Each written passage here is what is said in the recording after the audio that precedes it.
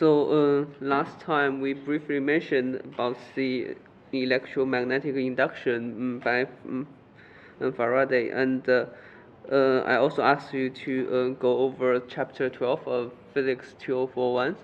So today's lecture, many of the contents are actually from Physics 2041.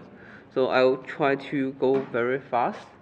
And if you are uh, not sure what I'm talking about, or if you are not very familiar with the contents, you can go back to the Physics 2041 chapter 12, and everything should be in there as well.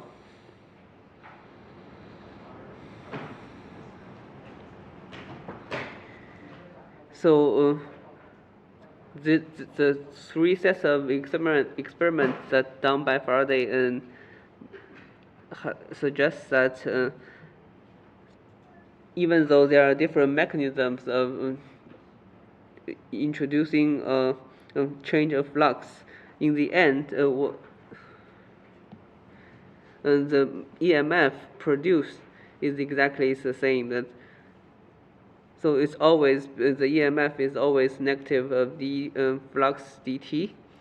So here in the first type, the EMF is introduced by magnetic field, as we discussed in the last lecture. And if you look at the second type here, in the second type, so the B field is moving, and this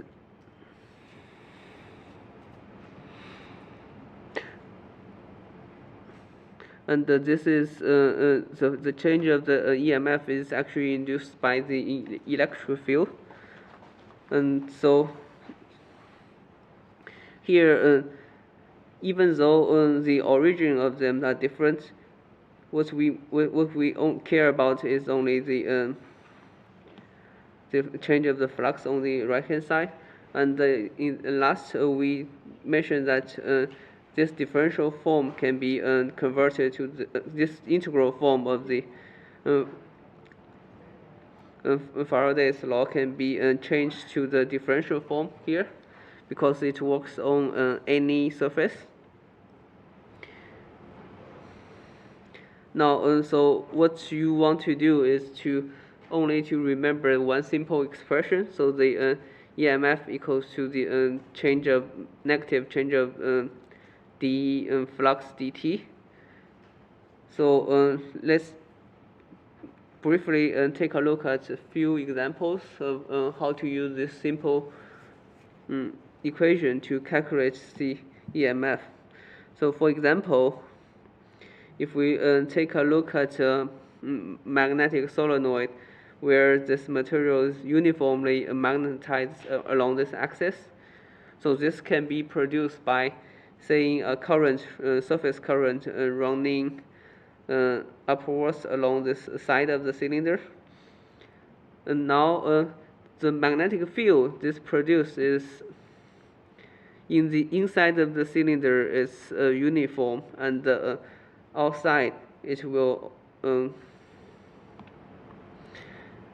becomes smaller and smaller as you move away from the solenoid.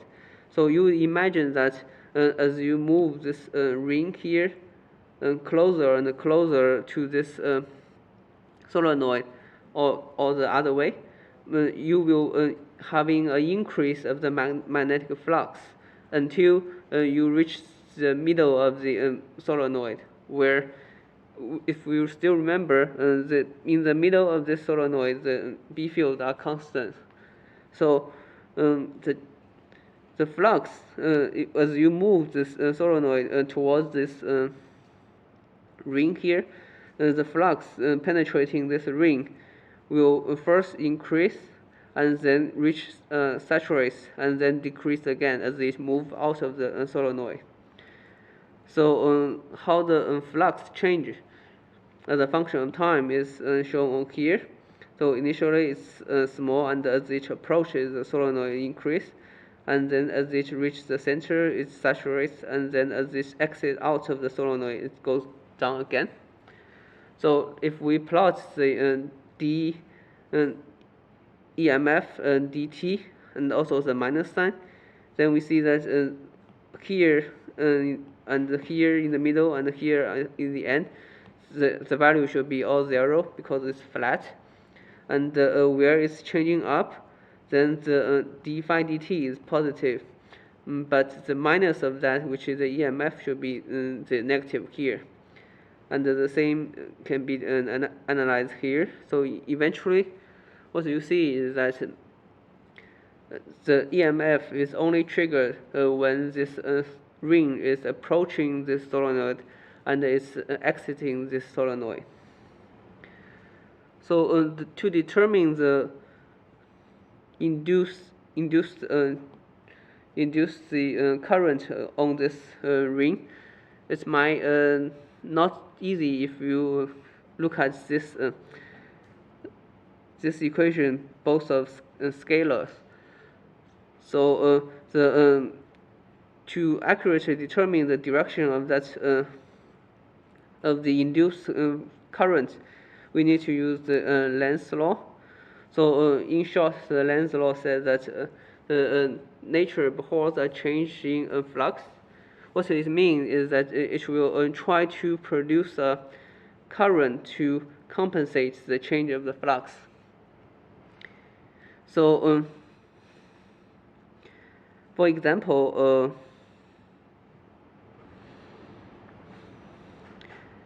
let's take a look at the example here.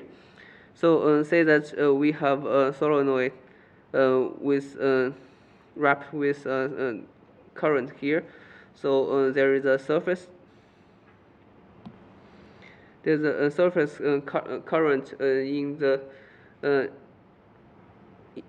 azimuthal direction, and if we look at the B field it produces, because it's counterclockwise if you look from top, then if you use the right-hand rule, the change of the magnetic field is pointing upwards.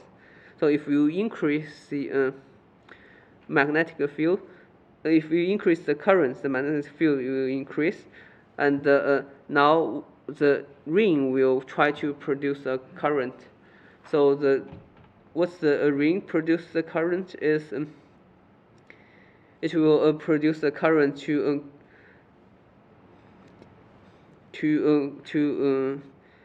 counteract the B field here. So it will produce a magnetic field pointing downwards when the current increases. So if you use the right-hand rule, then you can see that the ring must be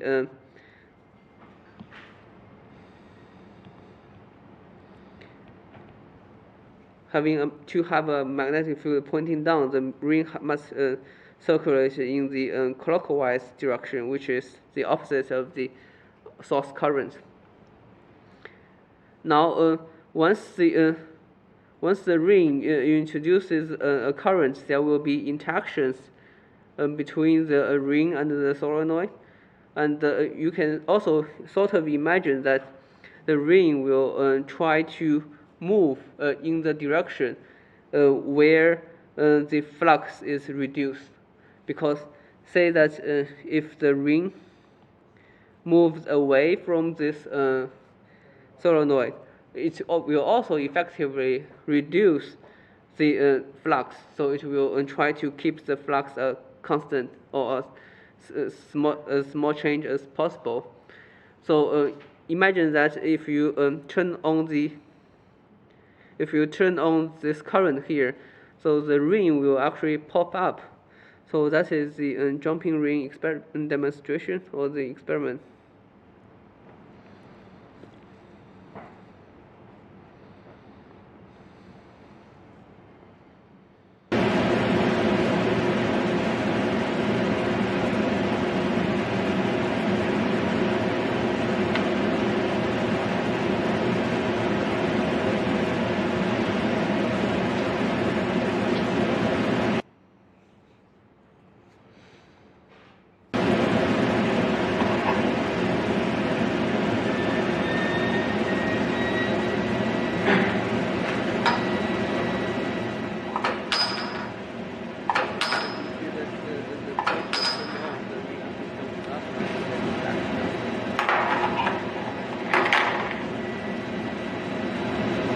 here the ring is being cut, so you cannot get current.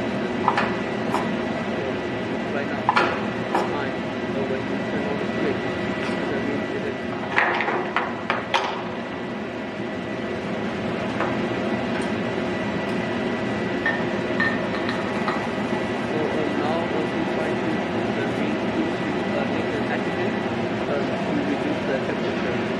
The resistance typically is a linear function of the temperature. So as you increase the current, the resistance decrease.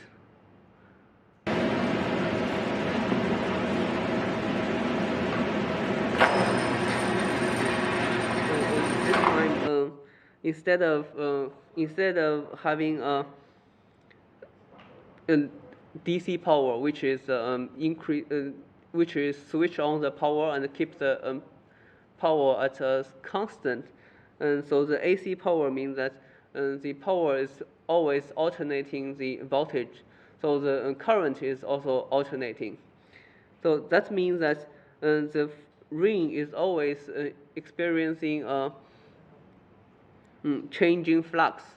So the ring will always try to produce opposite current with respect to the current on the solenoid, and so that's why it's always feeling a force pushing upwards.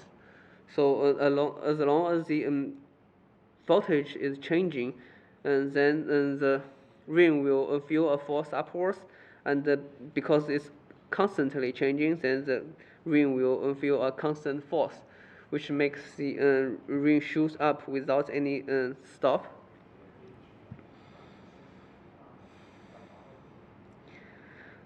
So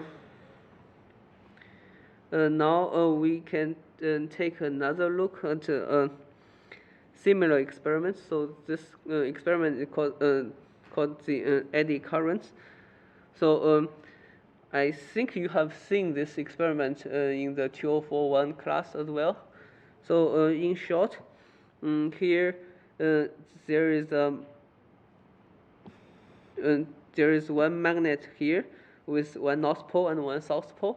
So and you also have the metal disc, and the metal disc is not made of iron, so there is no interaction between this magnet and the metal disc. So if everything is at rest, then there is actually no force between this metal disc and the magnet.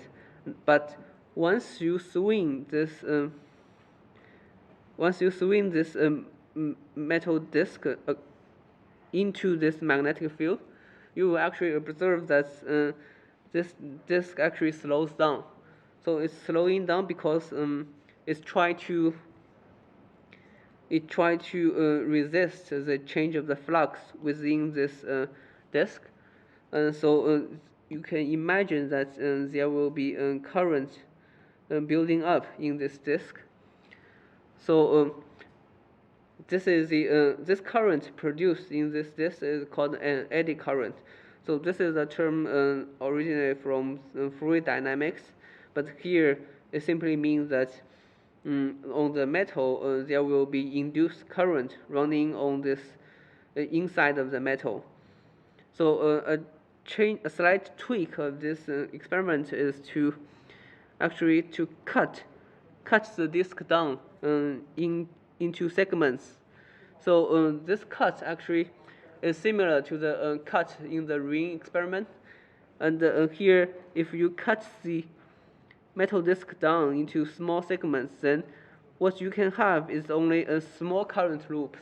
You cannot build current loops like this. So the energy dissipated in this all these loops becomes much smaller if you compare a metal disc to this one to the one on the left. So now if you swing the metal disc into the magnetic field, you actually observe almost zero change in the motion. So a similar idea can be seen in here.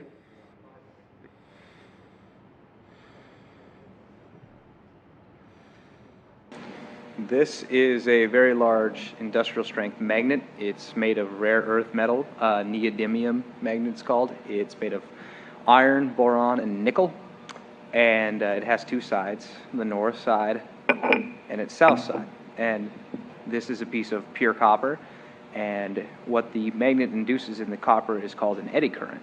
It basically generates small pools of swirling electrons to resist the movement of the magnetic field that this induces on this. So what that does basically is resist that magnet from falling like a normal object on like a piece of wood.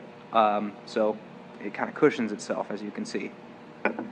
And you can spin it, you can drop it, and you can induce torque onto the copper from the magnet itself. So without touching, I can move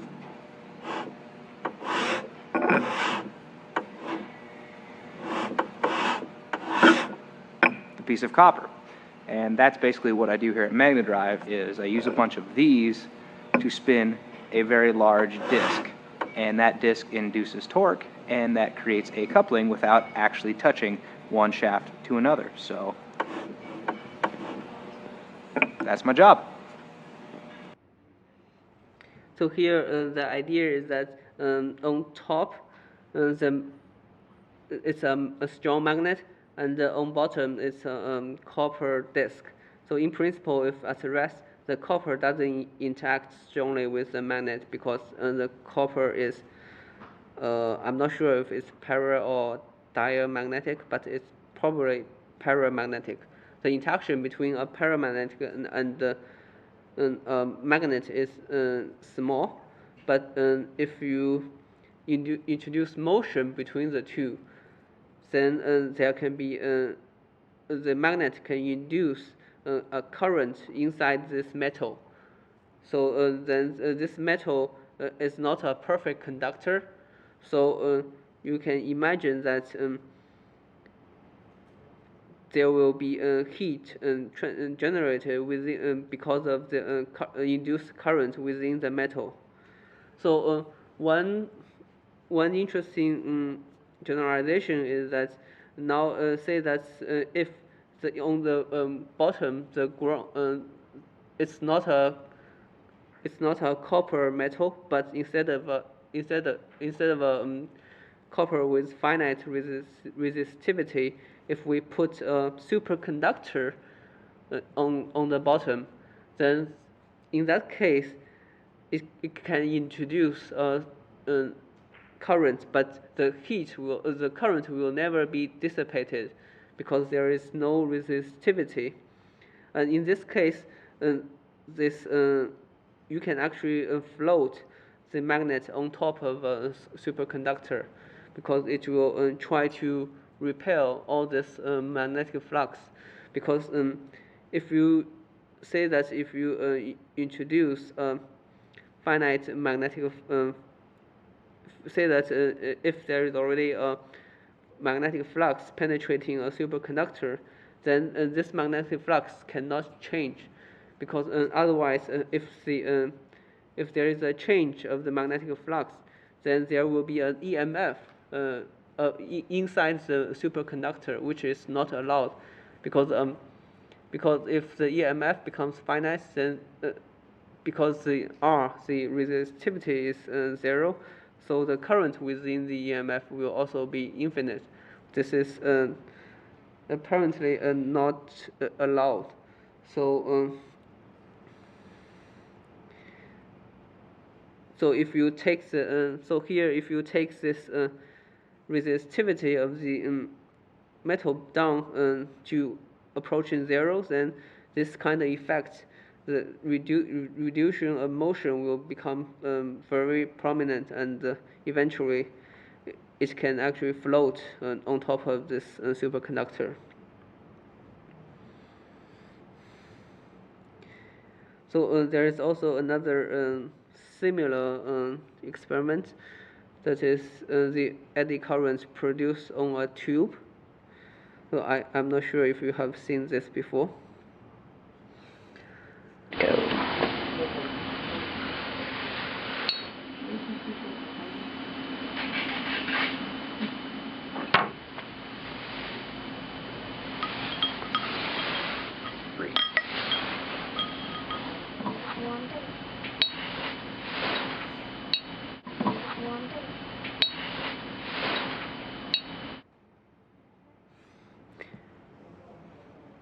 So remember that this time the tube is a copper tube, and now they try to put a strong magnet into the tube. So even though at rest, the tube doesn't interact with the magnet, but because the tube is accelerating down, so it will introduce a flux into the tube, and the tube is trying to produce induced current to counteract this change of flux. So then this energy become eventually dissipated into the heat.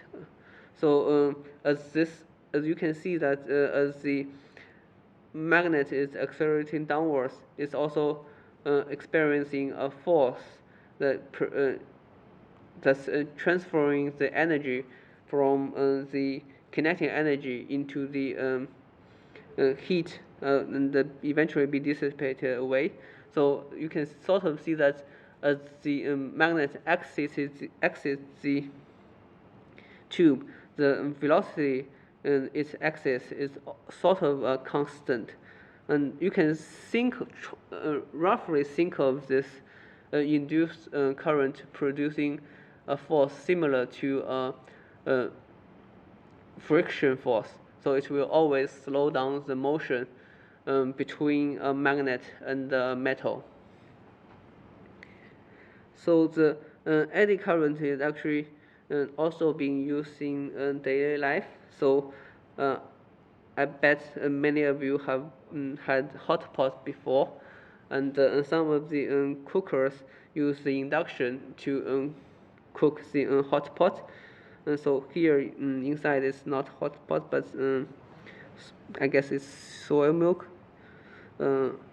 So the idea is that if you introduce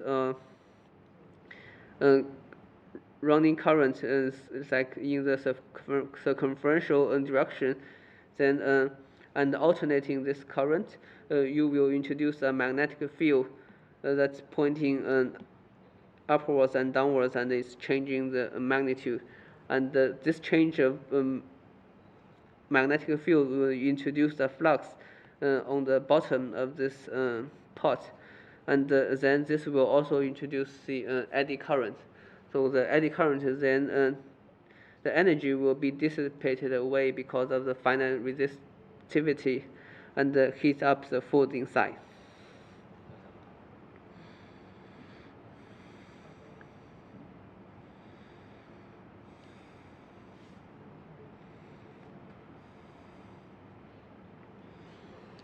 Okay, so now we've gone through the some experiments on the eddy current, and now right now we want to sit down and see how exactly this eddy current or the induced electric field behave.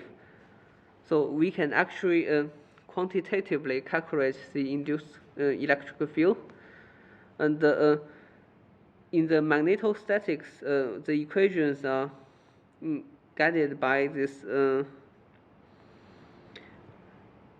del dot B equals to 0, and del cross B equals to mu naught J. And now we have a changing magnetic field. And this changing magnetic field will introduce electric field. So, but if you remember, the electric field in electric static case is del cross E equals to 0, and del dot E equals to the rho over epsilon naught. And now the new induced electric field is not the static electric field. So to be accurate, I can specify that here we can sort of separate the electric field into two parts. So we are both familiar with the static electric field equations, and now for this induced electric field,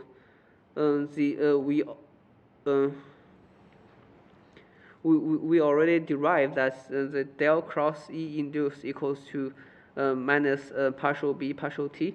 So this is simply the differential form of the Faraday's law. And we also have that del dot E equals to 0, because here this electric field is purely introduced by the changing B field. So it's sort of like a field that's similar to the magnetic field. And you can actually have an exact mapping between the induced electric field and the magnetic field, because you can see that the del cross B equals to 0 because there is no magnetic charge, and del dot B equals to the mu naught J. This is the magnetostatics Maxwell's equation. And if you combine this, if you compare these two sets of equations, what you see is that mathematically speaking, the curl of this of the E and the curl of B, one of them is determined by the partial B partial T, another is determined by the current, but the divergence of the two are exactly 0. So in the very first lecture, we introduced the Helmholtz theorem. So the Helmholtz theorem says that if the curl and the divergence of a field is given, then that field is uniquely determined. So what translates to here is that now if we somehow have a magnetic field such that change of magnetic field, if it's exactly equal to this mu naught J, then we can actually obtain the solutions to this induced electric field from the solutions to the B field. So for example, we have a Biot-Savart law for this current, and so we can express the magnetic field in terms of the current using the Biot-Savart law here. So the B equals to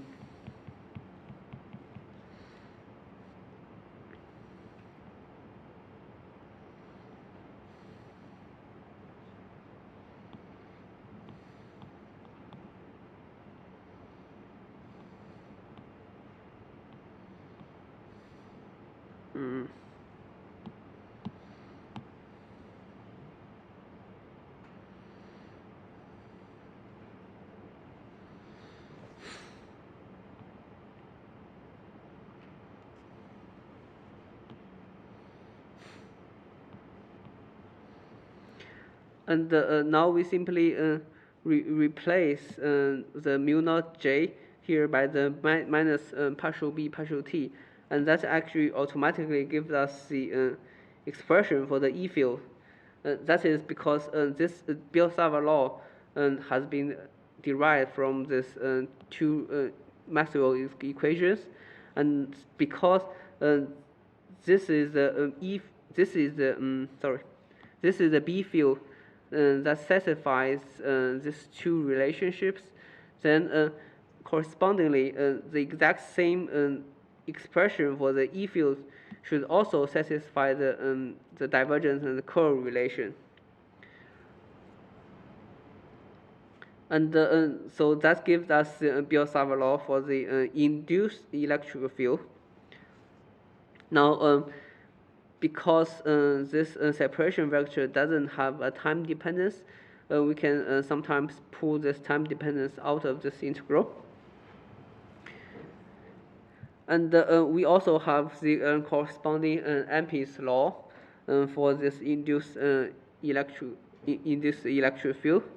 So that is, if we express this in terms of integral forms, and if we remember that the integration of the magnetic field along a closed loop equals to the total current enclosed, and then if we write a similar expression for the induced electric field, we have the integration of the E along dl equals the negative d phi dt. So this is exactly the Faraday's law. So then this also reminds us that this mapping is exact.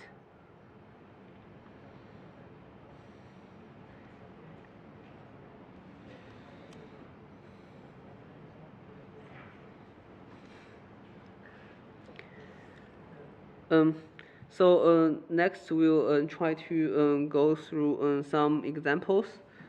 So these examples are actually already being shown in Physics 2041. So for example, here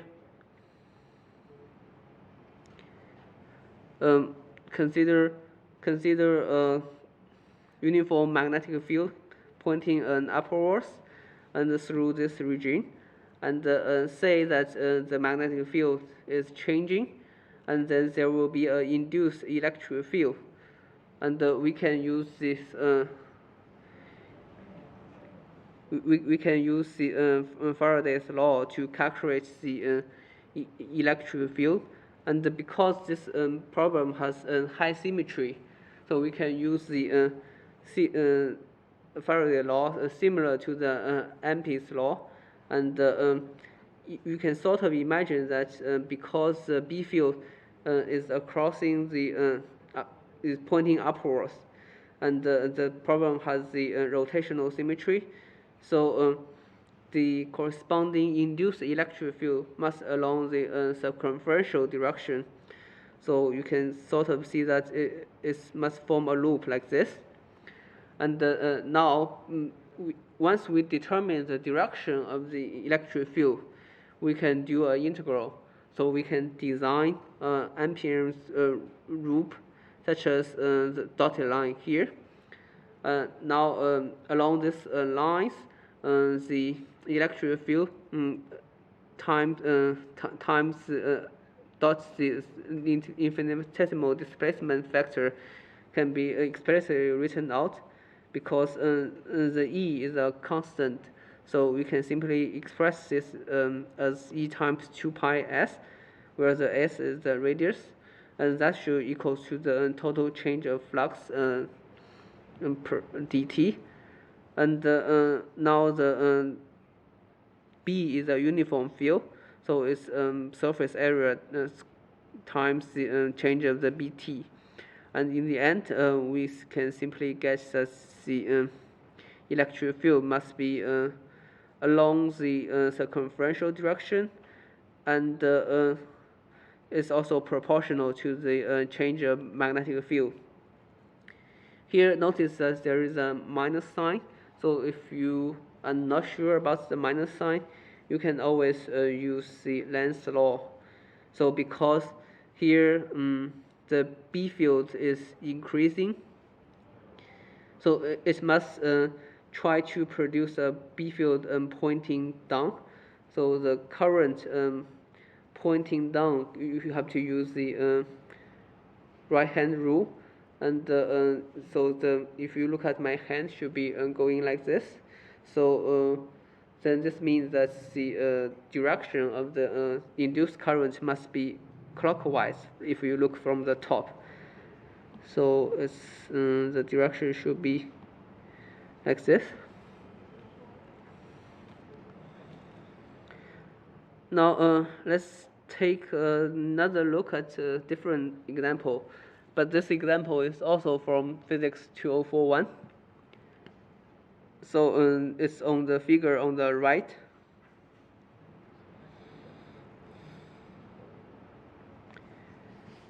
Okay, so this time we put a line charge outside this. It's very outside, but it's free to move, and in the inside we have a magnetic field B naught that is uniform. But now we turn this magnetic field off. So turning off the magnetic field introduce change of flux. So correspondingly, it will introduce an electric field. And now, if we have the idea, if we apply what we just obtained here, so because this B field is suddenly turning down, then it will introduce a current or induce electric field that's counterclockwise, because that's the opposite change of flux. So now we know that there must be some sort of electric field in the circumferential direction, and it's clockwise. So under this E field, there is on the outside is a line charge. So this line charge will be accelerated, and it will rotate. So this actually will introduce some angular momentum to this line charge. So interestingly, it seems that here there are we originally we have some magnetic field pointing upwards, and in the end, once we turn off that magnetic field, somehow the energy transfer to the kinetic energy of this ring, and also there is a transfer of angular momentum. So you might be wondering where this angular momentum comes from. So if you are interested in that, then you can look at chapter 8, but it will not be covered in this course. So after the chapter 7, we will go straight to chapter 9. But chapter 8 is also interesting if you want to take a look at that.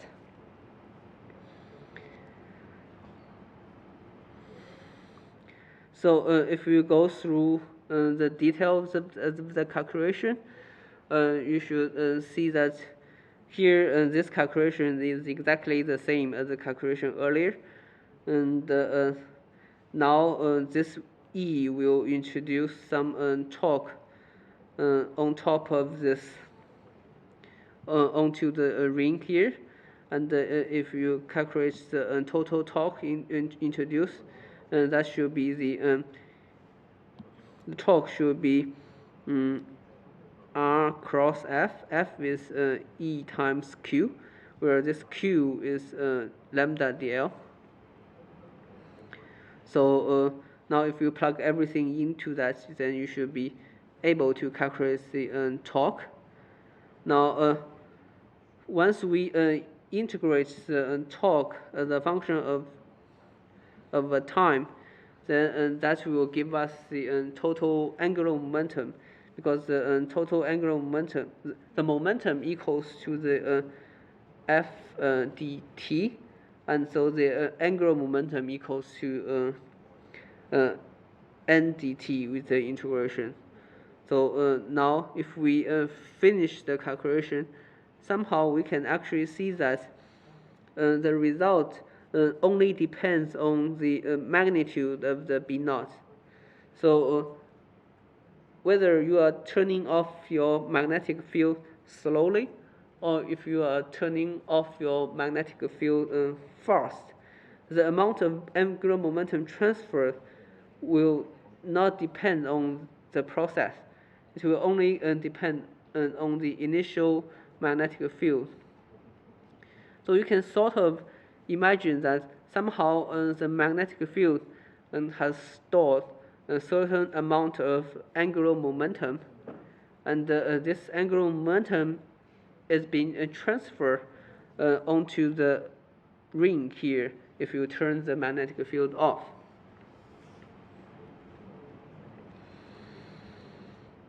Okay, I want to mention that in when we are dealing with problems, we are using some magnetic static equations, and I don't know if you still remember. So, for example,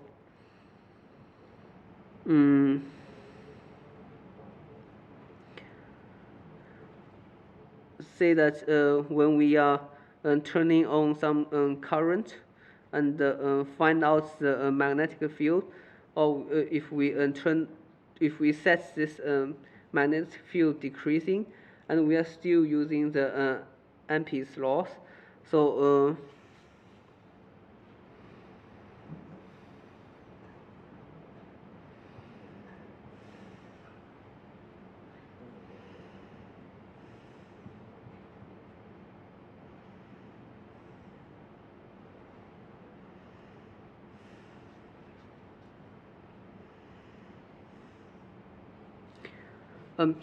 anyway, so if you look at a few examples, you can sort of imagine that to be precise, you can not use the equations from the magnetostatics to apply to this time dynamic problems. So, however, we use that anyway.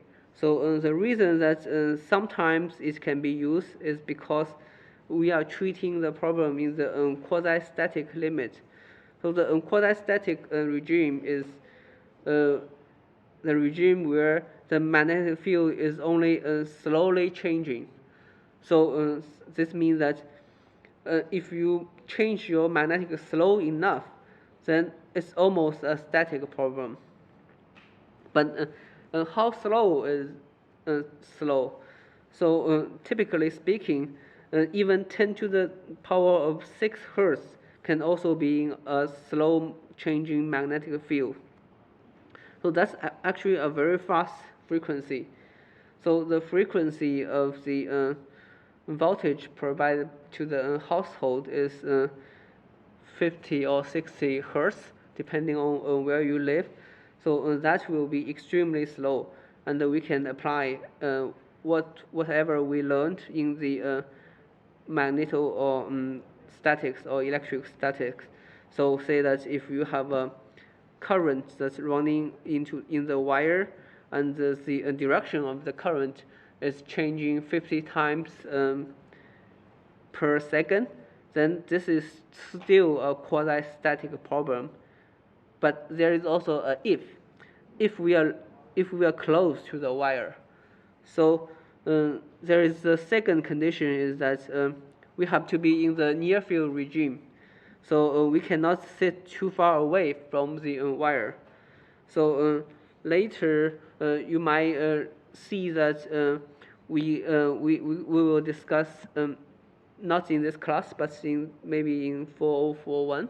So you might be looking at problems where there is a source, say a dipole that oscillates at near the origin, and if you want to calculate the field far away from this oscillating dipole, you cannot use the static problem, quasi-static approximation, because here you are far away from this dipole, and if you do the calculations, the near field and the far field are two different regimes. In the near field, you can sort of use the quasi-static approximation, but in the far field, this actually will produce electromagnetic waves, and you have to use the wave dynamics to describe the behavior in the far field regime. And that's we will discuss a little bit of wave dynamics in chapter 9, but you might see more of that in physics 441. Okay, we will have a rest.